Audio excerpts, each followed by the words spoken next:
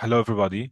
My name is Mahdi. I'm a tutor with the MatchGuy, and I took my Step 1 exam like in 2022 and scored 267 in my Step 2 CK.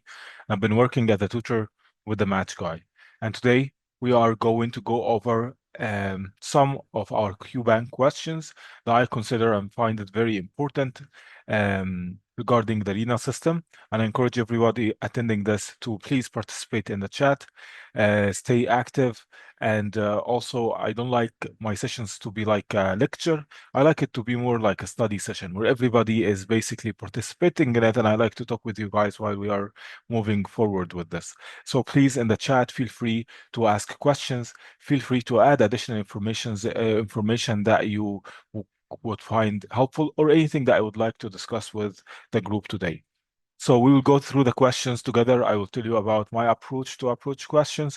We're going to answer it, and then we're going to talk about everything important that you need to know about that topic.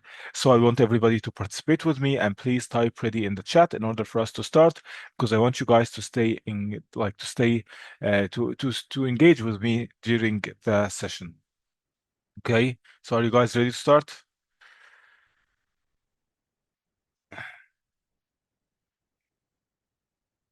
Yes. So let's start then with the first question that we have here. So the way I like to approach questions is that basically I like to read the first sentence because it gives me an idea about the type of the patient demography, and that way that makes me that gives me some clues regarding the question. And I like also to deal with questions like they are really someone coming in for advice at a clinic or something. So that first line, in my opinion, is just helpful. And then I like to read the last two sentences and then take a look at the answer choices. And then go back and read the question. Um, Go back and read the question anyway. But I think this is the best way to approach questions regarding step one exam. So let's go through this question together and let's see. A 3-week old infant, born male, is brought to the physician because physician by his parents, because he has 4-day history of worsening vomiting. So I think what I'm going to highlight here is the firstborn male and worsening vomiting. When I see this, there are some diseases that come into my mind. Actually, most important one is hypertrophic pyloric stenosis, the one that may happen at that age group. Then I go and read the last two sentences and see what does it have to say. So capillary time is 4 seconds, and a firm mobile 1.5 mass is palpable in the epigastrium just right to the midline. The weight is 3.2 and the birth weight is 3.5, so that means that it has been decreasing. The temperature, the blood pressure, the pulse is the pulse is 174, the respiration is 32. Which of the following laboratory findings is most likely to be present in this patient that he had this presentation? Now, when I look at the answer choices, I see that they are talking about some changes in the metabolic pattern and also in the electrolyte pattern. I don't honestly, by this approach, I don't feel like I need to go read the entire question again. Like it's a male weeks after being born, and also there is this mass in the epigastrium. That's hypertrophic pyloric stenosis, and that's a classic question where they like to ask you about the electrolyte and the metabolic abnormalities that happen in this. But anyway, I also like to read the entire question so that there is nothing, I just feel more comfortable this way.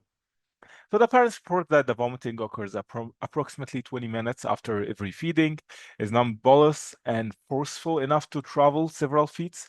Despite the vomiting, despite the mo despite the vomiting, the infant appears eager to feed again immediately afterwards.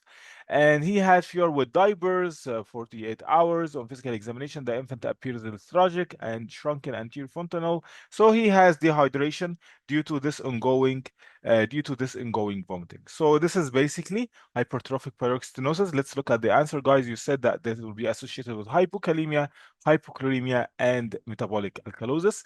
So yes, that's a correct answer. As you see in this beautiful image, that there is hypertrophy of the pyloric muscle, and this hypertrophy would present, usually the classic presentation for it is a firstborn male, weeks in the first month of life. After 2 weeks of life, that would be the presentation. And what medication can predispose, if the mother talk, can predispose the child to having this disease? Yes, it's macrolides, as Susanna said. So macrolides can precipitate to this. So what would be the presentation is exactly that we have here.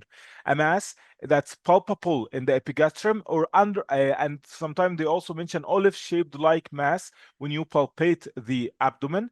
Or also they can show you an imaging finding where there is like a hypertrophy or there is like an obstruction that's present after the stomach, and that would be hypertrophic pyloric stenosis. Now, regarding the question which asking about the lab values, so you can see that it's associated, of course, with metabolic alkalosis. Why would it be associated with metabolic alkalosis? It will be associated with metabolic alkalosis because they are vomiting and they are losing hydrogen ion. So that would tell you that the hydrogen ion that's being lost would affect, of course, the pH, leading to metabolic alkalosis. Why is there hypochloremia? Because basically they are vomiting. And what do you lose in the vomit? You lose in the vomit the HCl. So it's not just the hydrogen ion that's that's being lost, leading to metabolic alkalosis. It's also the chloride leading to hypochloremia.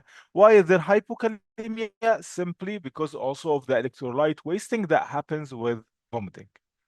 But I have a question for you guys. What do you expect will happen to the sodium? Do you expect that the sodium will decrease, or do you expect that it will stay the same? What do you guys think?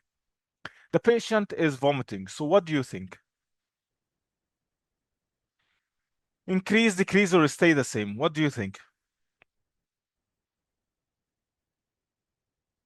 Well, I see multiple answer choices, so let me tell you what could happen.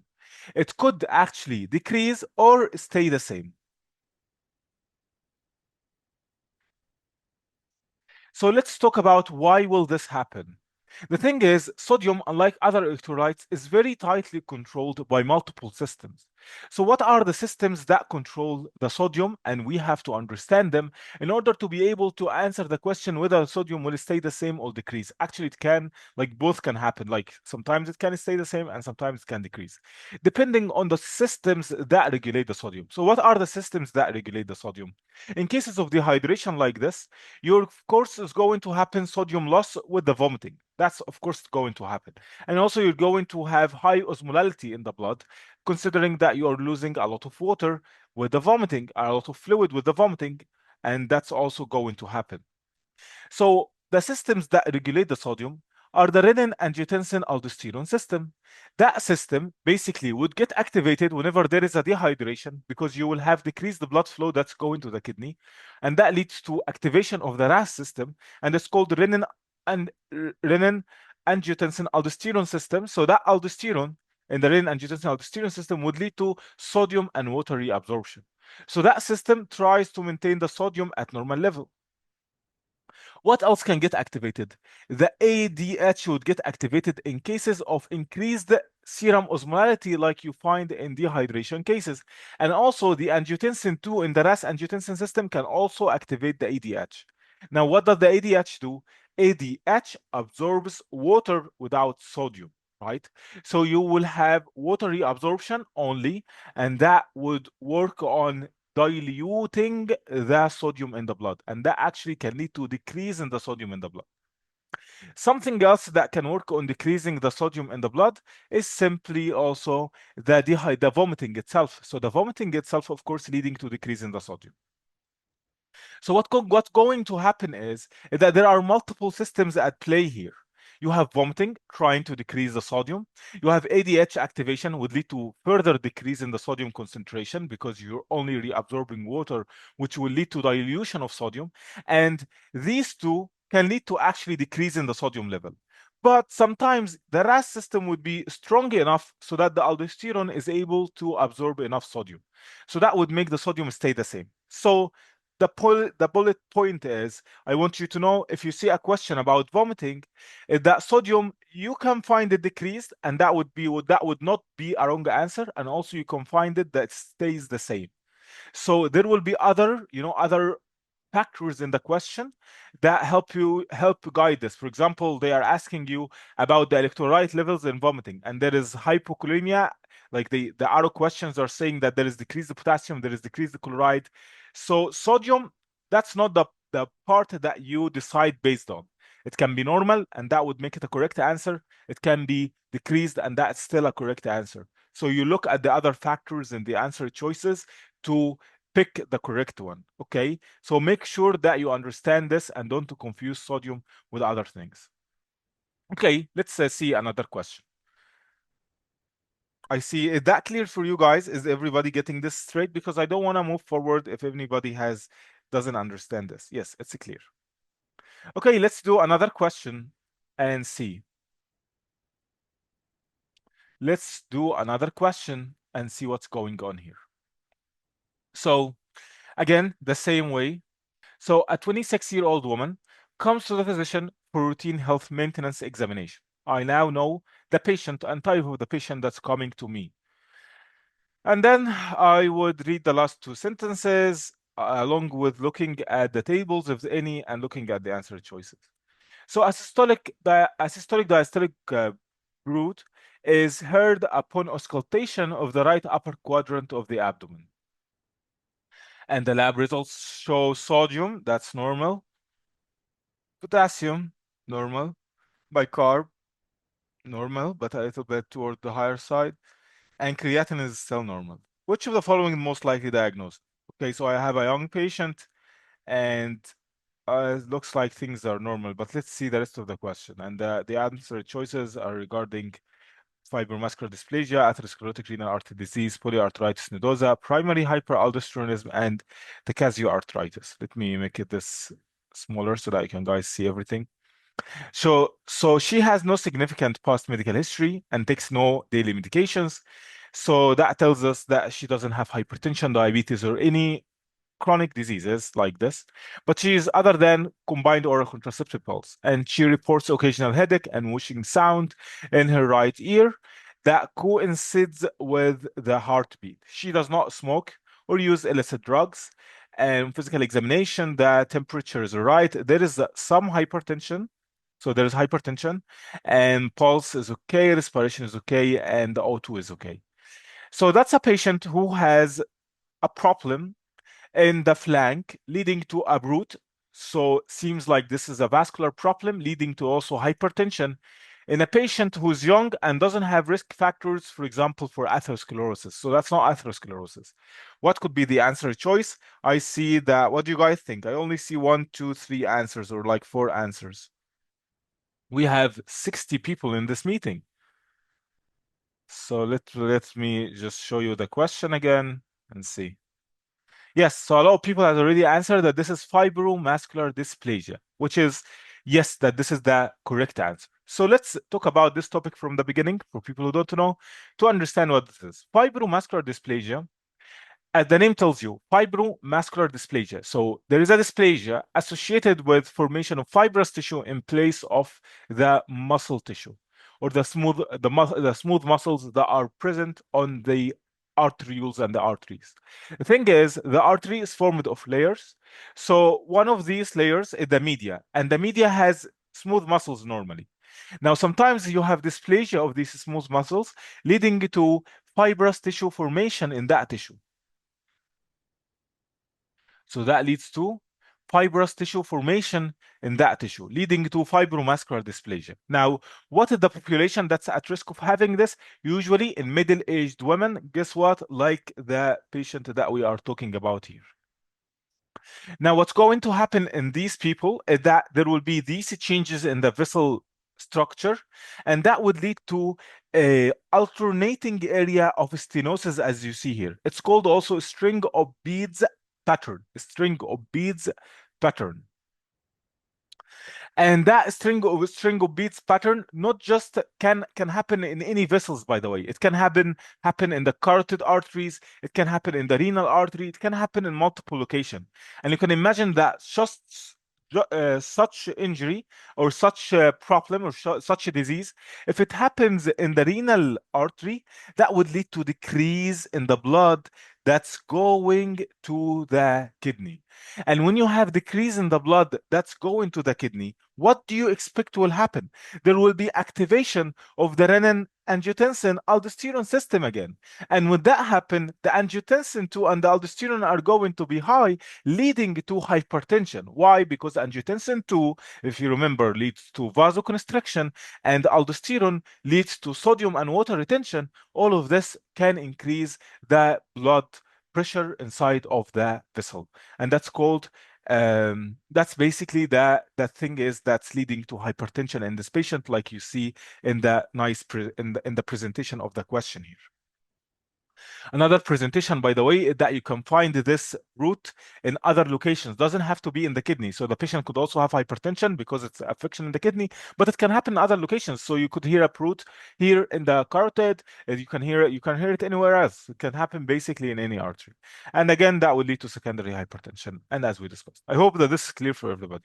Now, the thing is, you need to differentiate this from atherosclerotic renal artery stenosis, because the same mechanism that's very close to this can happen in a renal artery stenosis. Basically, you have a normal renal artery, and atherosclerotic plaque starts to build up, leading to decrease in the blood flow that's going to the kidney, leading to activation of the renin angiotensin aldosterone system, and all of the same sequence that we just talked about. So how can we differentiate this from that patient? I want you guys to type these in the chat while we're talking. Talk together, guys, in the chat. We are studying this together. So the thing is that in order for this to happen, um, for atherosclerotic plaque to happen, it doesn't happen all of a sudden like this. There has to be risk factors. There could be familial dyslipidemia, where there is high lipids in the blood in order for you to have an atherosclerotic plaque. The patient is usually old. The patient usually has hypertension already, or has diabetes, or has metabolic syndrome, has obesity, things that increase the risk of having this atherosclerosis. So the first thing that you can use to differentiate is the patient demography, is the patient risk factors. The second thing that you can differentiate from is the location of the problem. Usually, if that's affecting the renal artery, the alternating stenosis happens distally. Distally means away from the midline, closer to the kidney. While if it was an atherosclerotic plaque, that usually happens proximally. So it starts to build up here. That's also a very important clue to differentiate between them, because they could tell you the location of the problem, especially when they do imaging for it. Okay. Okay. Um, yes. So that's basically the main ways to differentiate between them.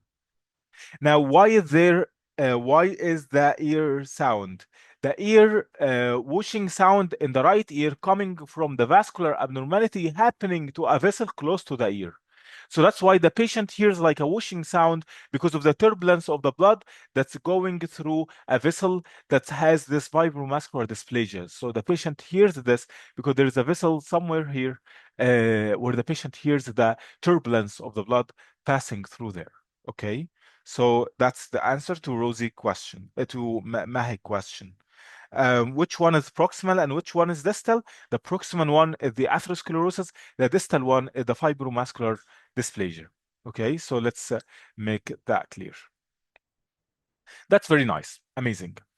Let's look at the other answer choices. Why not? So primary hyperaldosteronism, this is basically a patient has high aldosterone level due to an adrenal gland adenoma or something leading to high aldosterone level. And that would lead to hypertension as well, because as we mentioned, aldosterone can lead to sodium and water absorption. And also that would lead to hyperactivity of aldosterone that also leads to hydrogen ion loss and potassium loss. So these people will have hypertension, metabolic alkalosis, and hypokalemia. Okay, but it will not be associated with a brute.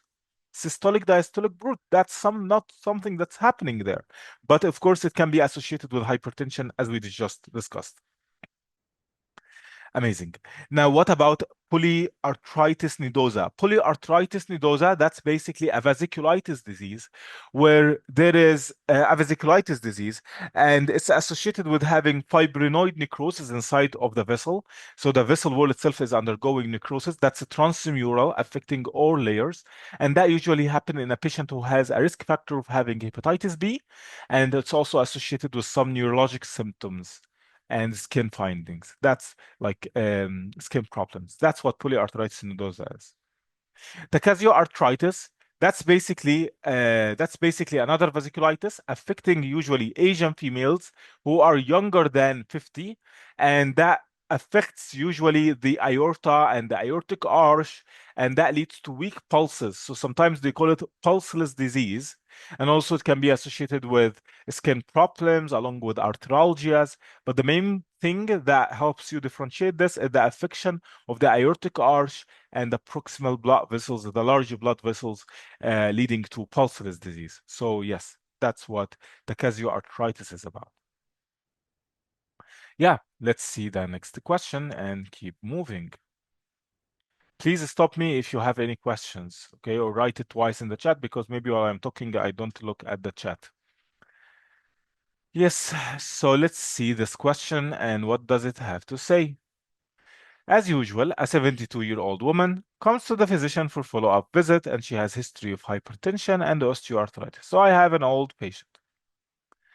Looking at the lab values, I find that it's all right. That's normal potassium, a little bit. Potassium is normal. The chloride, the creatinine is high. Okay. And the patient baseline serum, the patient and the blood urea nitrogen also. Uh, and the castus is not there, protein is not there, and the patient baseline serum creatinine was 3 months ago. Which of the following physiologically changes is most likely responsible for the patient decreased renal function? So something happened leading to a decrease in the patient renal function. Let's see what's going on. 2 weeks ago, she began taking over-the-counter medication for increased joint pain. So she took a medication for the joint pain, which has been using 4 times daily. Okay, that's a lot. She reports feeling more fatigued than usual and has noticed mild swelling in her ankles. And her current medications include lisinopril and amlodipine. On physical examination, her blood pressure is high and there is trace bilateral beating edema in the ankles, and the remaining examination shows no abnormalities. So a patient taking a medication for osteoarthritis, usually, of course, a non-steroidal anti-inflammatory drug, that leads to decreased renal function. Well, I know why. You should know why NSAIDs decrease renal function, and in the answers, I see some answers, but I want more answers from you guys. So, what is the correct answer here? Everybody attending this, please participate with us. Yes, that would be A, which is constriction of the afferent arteriole. Constriction of the afferent arteriole is what led to this. Sorry. Why? Why would constriction of the afferent arteriole lead to this? Let's talk about this from the beginning. Let me. Hmm. So, basically, what's the kidney function? The kidney function is can be measured by creatinine, but it's basically determined based on 3 parameters. These parameters, let me just write them here, are the GFR, the glomerular filtration rate, the amount of blood that gets filtered through the glomeruli into the Bowman's space. So if that's the glomeruli and that's the Bowman's space, it's basically the amount of blood that passes from the glomeruli to the Bowman's space basically tells you how much of the blood is filtered in the glomeruli of the kidney. The second parameter is called the renal plasma flow, which is basically the flow of the blood through the kidney in general and through the glomeruli. And that would be called the afferent arteriole, and that would be called the efferent arteriole. After this comes the filtration fraction, which is basically the GFR over the renal plasma flow. So basically, the kidney function is determined basically when we say that the creatinine is high, that means that the GFR has decreased. Something affected the GFR, something affecting the glomerular filtration rate, the ability of the kidney to filter the creatinine and get it out, or other electrolytes as well. So there are multiple factors that affect this system. Most like one that you definitely need to know about is prostaglandins. I would like to start with prostaglandins, and then we will move on to what NSAIDs does exactly. So prostaglandins lead to dilation of the afferent arteriole here. So that, what do you expect that will happen what will happen in terms of the blood that's passing through the glomeruli and getting filtered here if I have a dilation in the afferent arteriole? What do you guys think? It would lead to increase in the GFR, which is something good. That means that the kidney can filter more. What about the renal plasma flow? Of course, if I dilate a vessel like this, that's going to increase the flow in that direction. So that would increase the renal plasma flow. And that the filtration fraction is equal to the GFR over the renal plasma flow. If you had a GFR of 1 over the renal plasma flow of 1, the ratio between them is 1.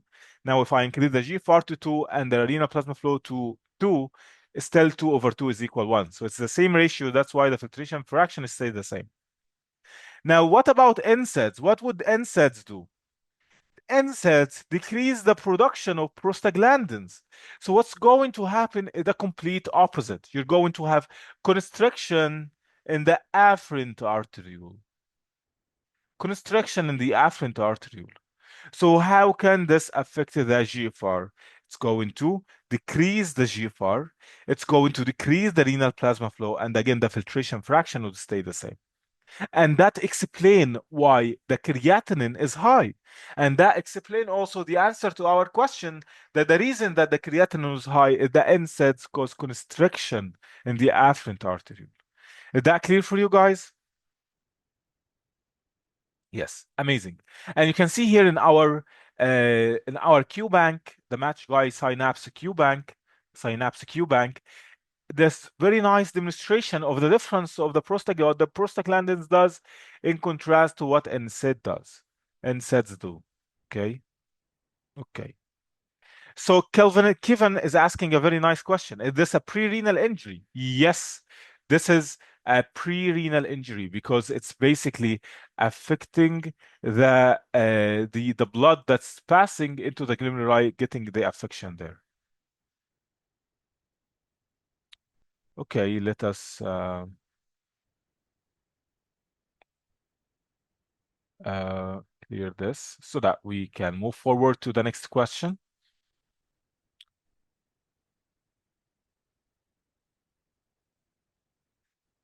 Yeah, next question is asking about a 5-year-old boy is brought to the physician by his parents because of a 4-day history of puffy eyes and swollen ankles.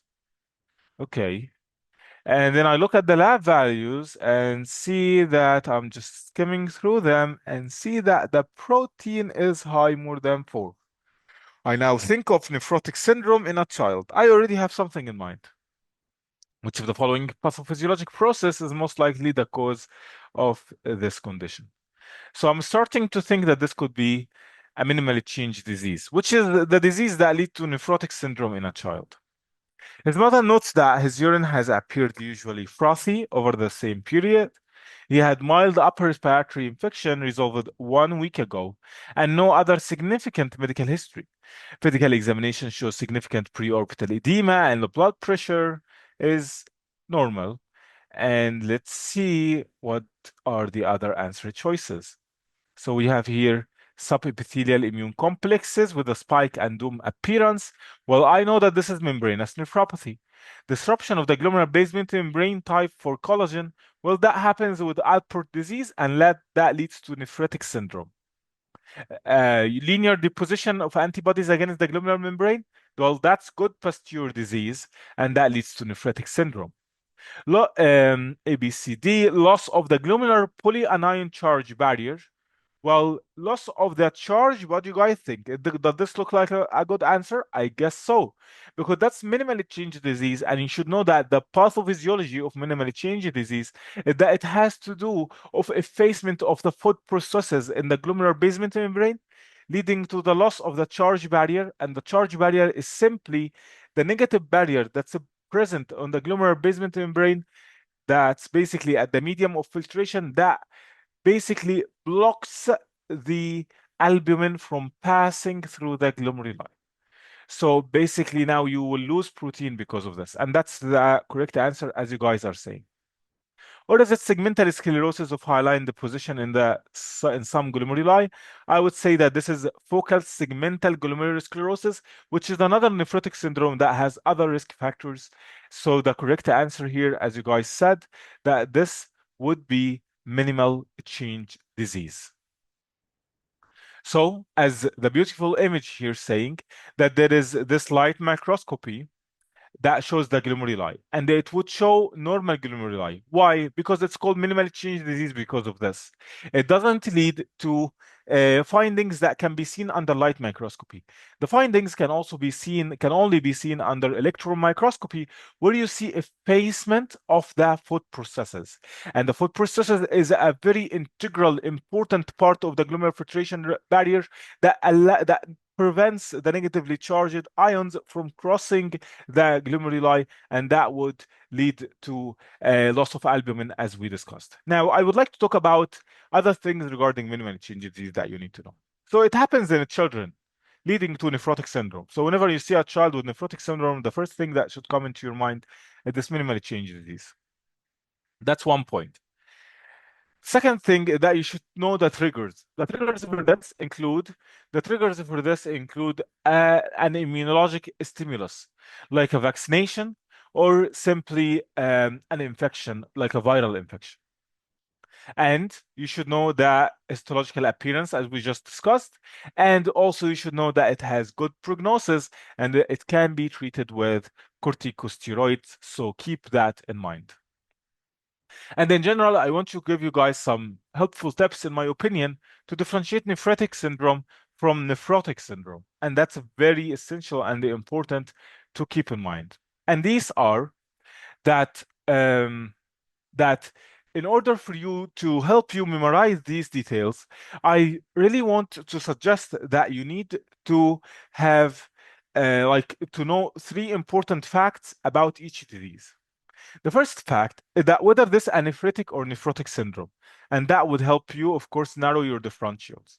The second thing, and that basically can be done, of course, by looking at the level of protein, if it's more than 4 plus, or if it's more than 3.5 grams, that should tell you that it's nephrotic. If it's just the blood and red blood cell casts, that tells you that it's a nephritic syndrome. The second thing that you need to know is, in my opinion, the risk factors. For example, minimally change disease. The risk factor for it is that it happens in children, right? So that's a risk factor, or having a viral or immunologic stimulus, as I told you.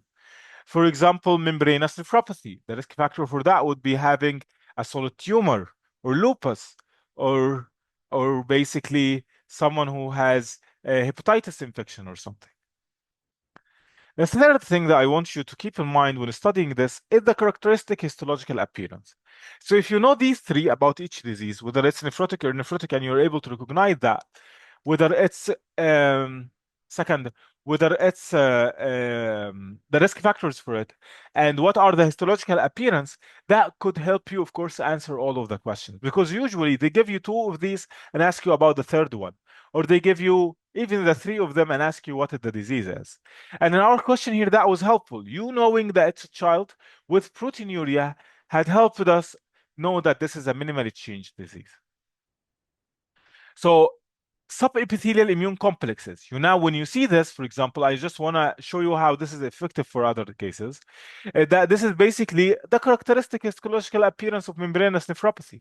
And I just told you the risk factors for it happens with lupus and solid tumors, and also having a hepatitis infection or something. And that's, of course, a nephrotic syndrome. For disruption of the type 4 collagen, that it's basically disruption of the glomerular basement membrane of type 4 collagen. That's the characteristic histological appearance of Alport disease wherever there is a problem with that. And the risk factors for it, or associated features that help you recognize it, is that you will have affection of the alveoli in the lung and the affection in the glomeruli as well. So they will have hemoptysis and they will have also hematuria. Okay. Linear deposition of antibodies against the glomerular basement membrane. That's good posture syndrome, which is again antibodies against the type 4 collagen, leading to hematuria and nephrotic syndrome. And finally, segmental sclerosis. That's focal segmental glomerulonephritis, glomerulosclerosis, another nephrotic syndrome. So I now know it's a nephrotic syndrome. This is the characteristic histological appearance. And regarding the risk factors would be things like HIV and syphilis, for example. So Luai is saying, could you please do another quick reminder of the other choices? I did. Is that right now? Presence of blood can be used to differentiate, right? Of course, because it will tell you it's more towards, of course, a nephritic syndrome. But I think the most helpful is, of course, the protein, because you have a specific cutoff. If you pass that cutoff, that tells you that the patient simply has nephrotic range proteinuria, that it's a nephrotic syndrome. Okay. How can you differentiate between membranoproliferative, which is nephrotic, with membranous, which is nephrotic because the name is similar? Well, based on basically because this is a nephrotic syndrome and this is a nephrotic syndrome. But by the way, sometimes membranoproliferative presents with a nephrotic syndrome. Okay, so you need to know that also. So what will help the other features? The histological appearance, they have to mention that. One is present with a spike and dome appearance, and that's membranous nephropathy, while membranoproliferative glomerulonephritis will have red blood cells in the urine because it's a mixture between nephritic and nephrotic syndrome. Sometimes there could be also nephrotic range of proteinuria, so that's not the best way to differentiate between them. The best way, the characteristic histological appearance, is that in membranoproliferative glomerulonephritis, you will have tram track appearance because of the splitting of the glomerular basement membrane. That's a characteristic histological appearance, okay? And also, um, the membranoproliferative glomerulonephritis is more associated with hepatitis C rather than hepatitis B, while membranous nephropathy is more associated with hepatitis B. So these are other helpful clues, and don't worry, they won't ask you a question unless these helpful clues are there. I hope that this has answered Rosie's question. Now, Sarah is saying, what are the histological characteristics of post-streptococcal glomerulonephritis? Under immunofluorescence, it's going to show granular pattern, but that's not specific because other diseases can have granular pattern like diffuse proliferative glomerulonephritis. So what's specific is that, like Hilly said, is that you will have subepithelial immune complex deposits that's under electron microscopy, and under light microscopy, you're going to have proliferation and hypercellular glomeruli. Okay, Sarah? So proliferation and hypercellular glomeruli under light microscopy, subepithelial immune complexes under electron microscopy, and the granular pattern under the immunofluorescence. I hope that that's clear, Sarah. Please let me know that if it is. No, because answer choice A mentioned something characteristic. This name is spike and dome appearance is characteristic of um, of membranous nephropathy. But subepithelial immune complexes, yes, they both have subepithelial immune complexes. But the ones in post-streptococcal glomerulonephritis look like humps. They say subepithelial humps. While this one is spike and dome appearance, this name is meant to describe the membranous nephropathy. Okay, let's see the next question. A 68-year-old man comes to the physician because of a 3-week history of intermittently cola-colored urine, and he reports no pain during urination, no urgency, and no increased frequency. So a 68-year-old man with 3-week history of cola-colored urine. That's what I'm going to highlight. I read the last 2 lines and see that there is a biopsy of the mass confirmed the presence of malignant urothelial origin. Okay, so it's like a transitional cell problem. Which of the following is the risk factor for strong associated with the development of the patient condition? So I see an old man with blood in the urine and it's a malignancy. So there is already something in my mind which is a bladder cancer. So, and especially that they said urothelial origin, so that tells me it's a transitional cell carcinoma, usually of the bladder. And by the way, it does not have to happen in the bladder, it can happen anyway along the urothelium. So, for example, in the exam, if they give you If they give you like there is a tumor coming out of the ureter or something, or coming out of the renal pelvis, that's basically all urothelium. So that could also be, if that's the kidney, guys, and that's the ureter, sorry for the drawing, that would make it, that would also raise your suspicion that this is a transitional cell carcinoma. So not everything that happens in the kidney is a renal cell carcinoma, for example. It can also be transitional cell carcinoma if it's coming from the urothelium, from the urinary tract lining itself. So let's go and read the other questions. The rest of the question, he reports no pain during urination, no urgency, no increased frequency. He has not had any fevers or flank pain. He has a smoking history, and he worked in textile manufacturing plant. All of these are risk factors for transitional cell carcinoma of the bladder. Physical examinations are remarkable and no palpable abdominal masses or costovertebral angle tenderness. A subsequent cystoscopy reveals several multifocal tripalpillary muscles masses along the bladder wall. So what would that be? That has to be that this is, let's look at the answer choices. So chronic schistoma hematopium infection or cigarette smoking is the risk factor, or long-term cyclophosphamide use, or occupational exposure to alanine, or prolonged use of phenacetin.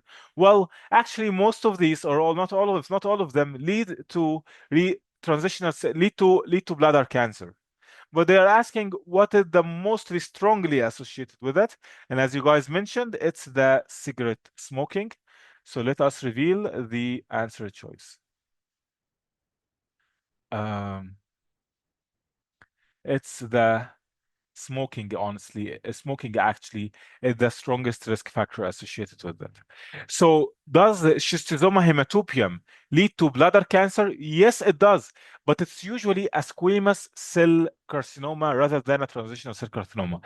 How can you have a squamous cell carcinoma in a site where you have urothelium? Basically, via metaplasia. You will have metaplasia first. How is that happening? Basically, you will have this schistosoma. It will stay in the bladder and it will lead to chronic inflammation there. And whenever there is a damage like this, a chronic inflammation in the bladder for a longer duration of time, that can lead to changes in the bladder epithelium itself, making it another epithelium that can basically face these stressors, the inflammation, which is the squamous epithelium, and metaplasia is almost always a risk factor of having cancer. So that's why with the squamous hematopium infection, you could have the cancer or the squamous cell carcinoma of the bladder. And that usually happen in someone who is from the Middle East, particularly they like to mention Egypt, for schistosoma hematopium. Okay, yes. Now, long-term cyclophosphamide therapy. Well, cyclophosphamide therapy also can lead to cancer, urothelial cancer as well, but it's not the most common cause compared to cigarette smoking. Occupational exposure to alanine dyes, yes, they could tell you, for example, in the alternate choices, that alanine or methylalanine, anything that ends in alanine is a risk factor for urothelial cancer, but it's not the most common cause. And also phenacetin, this is basically an old analgesic medications that also can lead to urothelial cancer, but it's of course not the most common cause. So that's basically the cigarette smoking related to bladder cancer. And as I told you, it can happen not just in the bladder, it can happen anyway along that tract. And you should be able to differentiate between, you should be able to know it, and it will present with palest hematuria in an elderly as we just discussed. Yes, let's see the next question then. So a 24-year-old, a 24-year-old woman, 26-week gestation, comes to the emergency department because of 1 day history of fever, chills, and right-sided back pain. So now I have an idea about that this is a pregnant patient coming on with some kind of infection, right-sided back pain, and we are in the kidney, so that already make me think of probably pyelonephritis or something, which is infection in the kidney. Looking at the lab values, I see that chloride, bicarb, nitrogen, creatinine, leukocytes are high. Color is cloudy, glucose is negative, ketones are negative, leukocyte stress is high. That again is an infection. Nitrites are high, white blood cells are high. Some red blood cells and white blood cell castes are present. So that tells me that when I see castes, I know it's coming from the kidney tubules itself. Which of the following physiological changes is most significant predisposing factor for this patient condition? What do you guys think would lead to pyelonephritis? That's pyelonephritis from these in this patient. I'm just trying to make it. Do you need to see the question and the answers? Is it like, can you see it in that size? Anyways, you guys have already started to answer that this is progesterone D, progesterone mediated urethral smooth muscle relaxation. Let's see. Yes, that's the case in a case of pyelonephritis in a pregnant patient. What's the issue here? The issue is basically, or what's happening here? The thing is, pregnant patients, you should know that they are more susceptible to urinary tract infections. And we have two types of urinary tract infections: a lower urinary tract infection, which is cystitis, which is just an infection of the bladder, or an upper urinary tract infection, which is pyelonephritis or infection of the kidney. That's pyelonephritis indicated by the presence of white blood cell casts, because that tells you the casts are only formed in the kidney, and also indicated by the presence of the flank pain on the side and the presence of the systemic symptoms. Anyway, it doesn't matter. The risk factors for lower or upper urinary tract infections are the same, which is one of them is basically being pregnant. Why? Because being pregnant is associated with high progesterone level, and progesterone leads to relaxation of the ureter. And why is that a problem? Basically, because when you have a relaxation of the ureter, that induces your body and makes your body easier to acquire infection that's ascending from the outside world.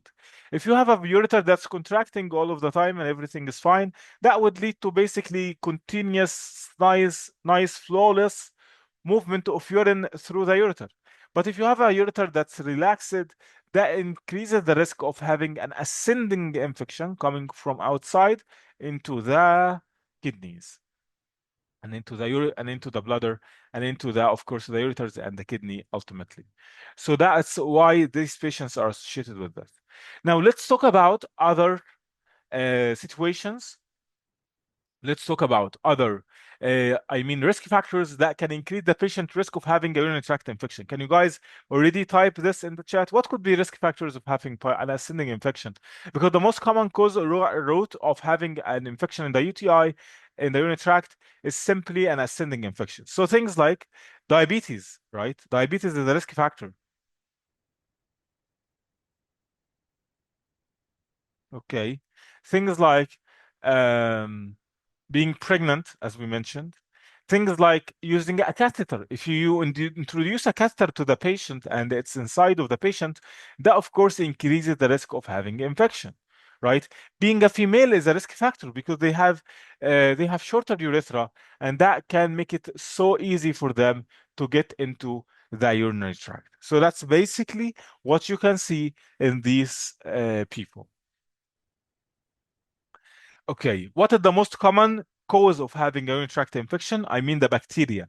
What could be the most common bacteria? Yes, E. coli is the most common cause. Also, not just due to a urinary tract infection, also due to, not just due to E. coli is not just the most common cause for cystitis, it's also the most common cause for pyelonephritis. Hilly is saying, I've seen one question in the QBank about acute pyelonephritis complication.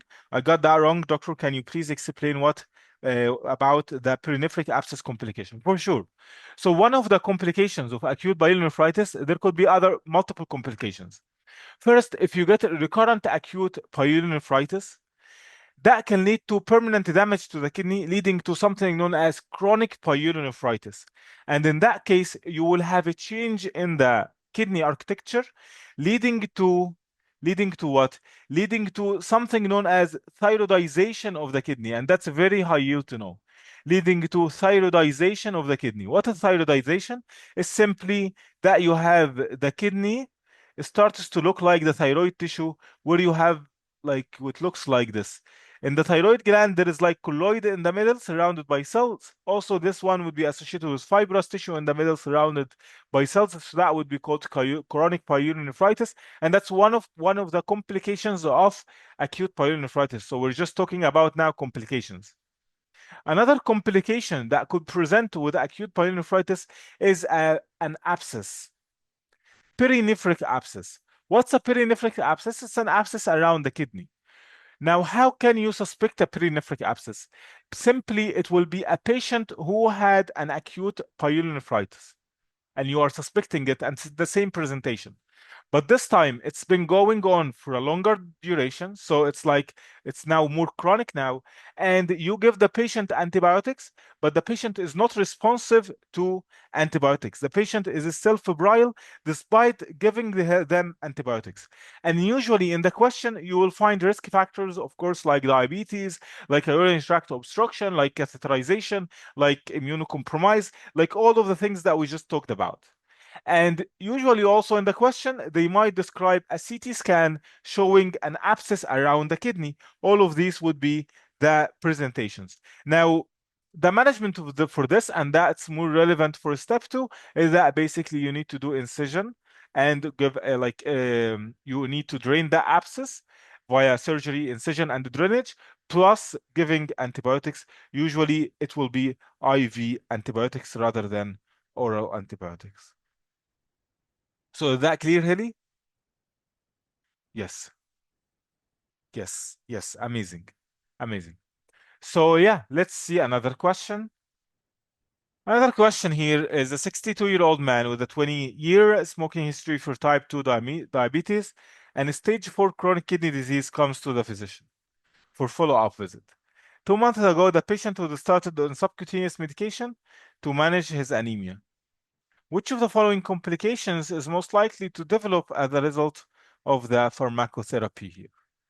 So someone with chronic kidney disease, and when I look at the lab values, I see hematocrit is low, and the hemoglobin like has improved on the medication. So the patient was having anemia, and he improved on the medication.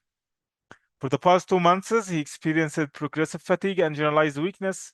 So he had anemia, as discussed, and lab studies taken from today and 2 months ago. So he took a medication to treat his anemia, and his lab results are better, but they are asking about the adverse effects of that medication.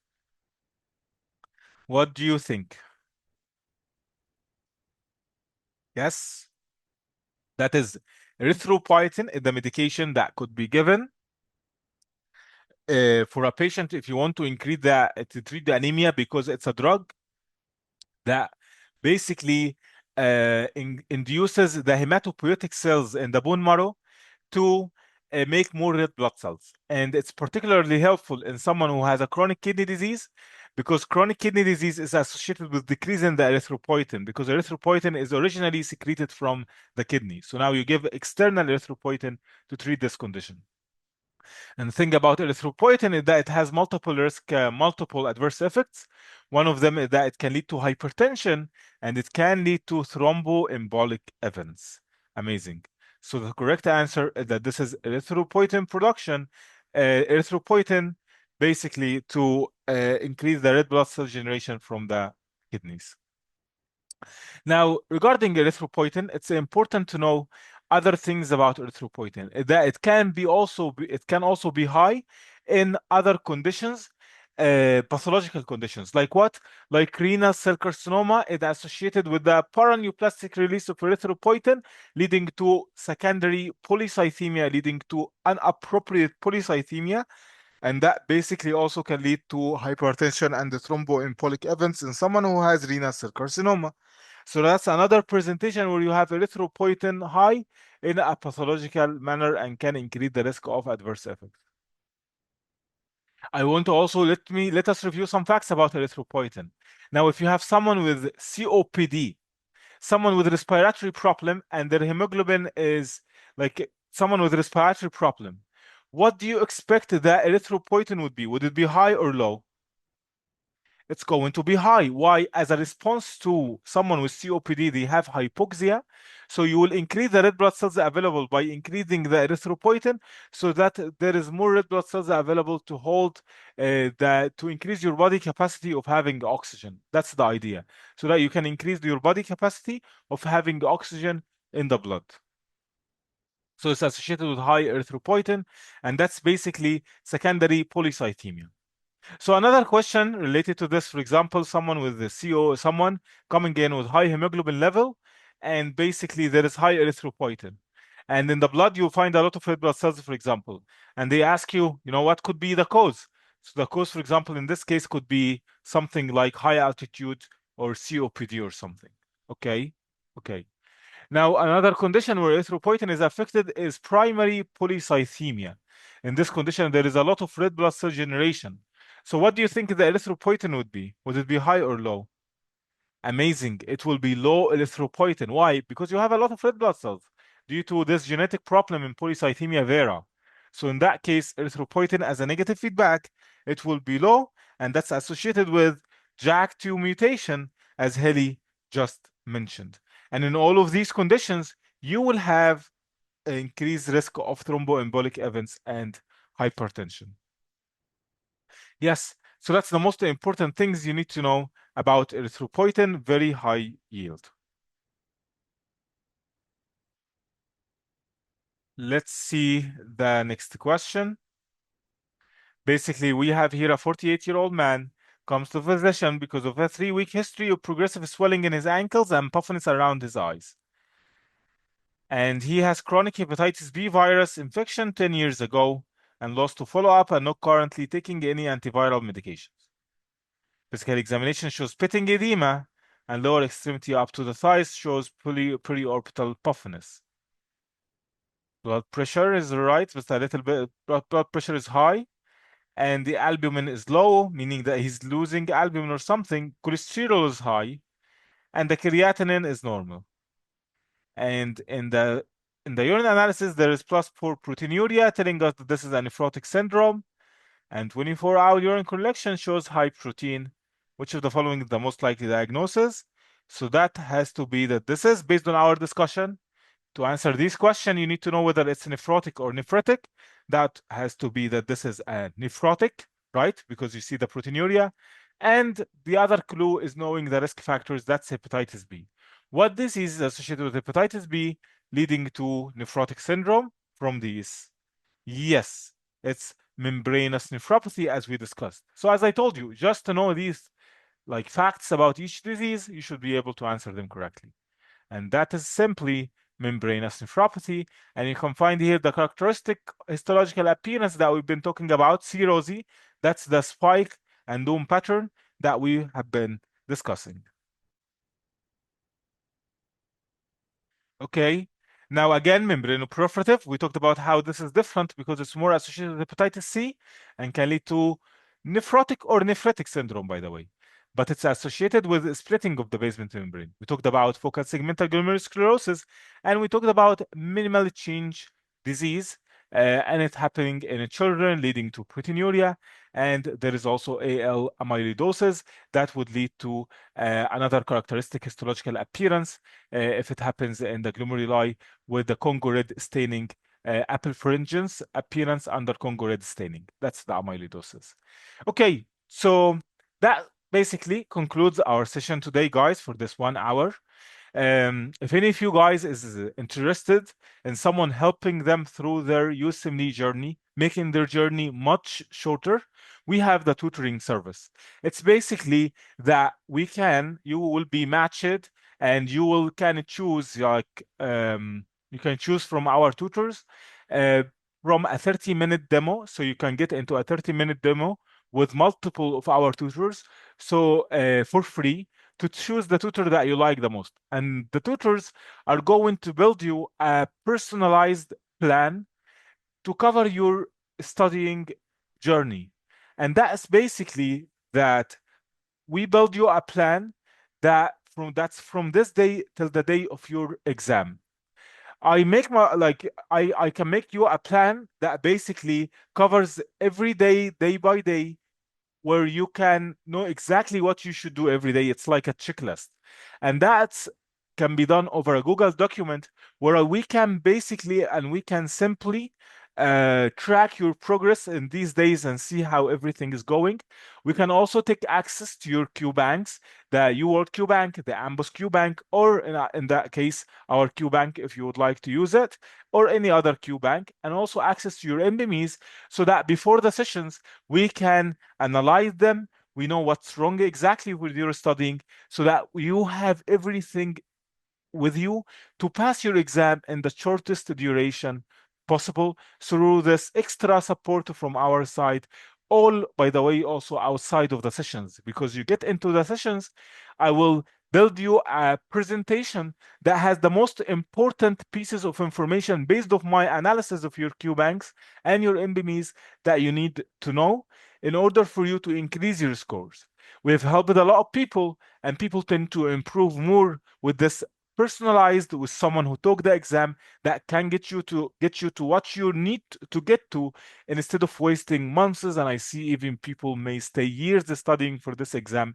Imagine if you have someone taking your hand, building you a plan, and making you sessions after analyzing your QBanks. And also, I like to follow up on you every day. And our tutors also, we have this, or every, like, you can choose the tutor from all of our tutors, where we care about keeping you accountable by checking on you every day and also seeing how your plan is going till you get to your desired score, hopefully in step one or also in step two. If any of you guys is interested, you can DM our support team. You can send an email to our support email, info@thematchguy.com, or you can also contact our support team from the number on the website, or you can also get to our website and book a demo, and then you'll match it. Our support team will take you through the different tutors that you would like to be with, that you can be with. That's regarding the tutoring, guys. If any of you is interested, let us know. And also, we have the QBank. This QBank, guys, it's recently made. We made it in a particular manner that's basically, we wanted to make your journey for the USMLE much shorter. And considering that the step one exam is just pass fail now, you don't need to overwhelm yourselves with thousands of questions. I see in uworld, for example, the neuro questions are like 10 blocks of neuro. 10 blocks of neuro. Why is that number? Like, you basically, the things that are high yield and important for the exam, in my opinion, does not require you to get all of this. That would make you spend, yes, months and years. But in our QBank, we deliberately made it 1,300 questions, basically just directed at the things that would be super high yield, that are high yield, not just super high yield, also high yield and minimally and medium yield. And these things are enough, in our opinion, to make you pass the exam. So that will make your journey much shorter, along with the tutoring. If any of you interested, you can try the QBank yourself. There is a trial for free, and also you can sign up. And if you didn't like the QBank at any point, you can take your money back. That's also guaranteed. Thank you, everybody, for this. Now, Loai is saying, do you suggest the 7-day bootcamp? 100%. In my opinion, I think the resources, the match guy is introducing a new way of studying for this exam, which I think it's the most effective way. 7 days, by the way, it's not a short course. It's like 65 hours of teaching, live teaching with tutor, like the one that you tried with me today, going over not just like 8 questions as you see today. No, it will be going over concepts one by one, breaking each one down, each subject. Your questions are answered, and that's through a 1 week of 60, like around 8 hours per day. In my opinion, this crash course, along with the QBank, and you will do MBMEs, and this should be enough if you actually digest and understand everything that's mentioned. And with the tutoring, you could make your journey much shorter, because it just would make it shorter. It's just you have someone guiding you and with you all of the time, keeping you accountable, and that's very valuable, in my opinion. But also with the crash course and the QBank, if you're enough to keep yourself on track and basically able to spend that time, that's also, of course, enough to pass the exam. But I think of the tutoring as like enhancing steroids. It just makes your journey more stronger and faster. But of course, the material in the QBank, in my opinion, along with the crash course, should be enough. Thank you guys for attending this. If you're interested in all of this, contact our support team. And I really enjoyed today's session. And I wish I could go through more questions with you, but that could be done, of course, through also the tutoring. If any of you are interested, let our support team know that. And thank you, everybody, for attending this. And till I see you again, and thanks everybody. Goodbye.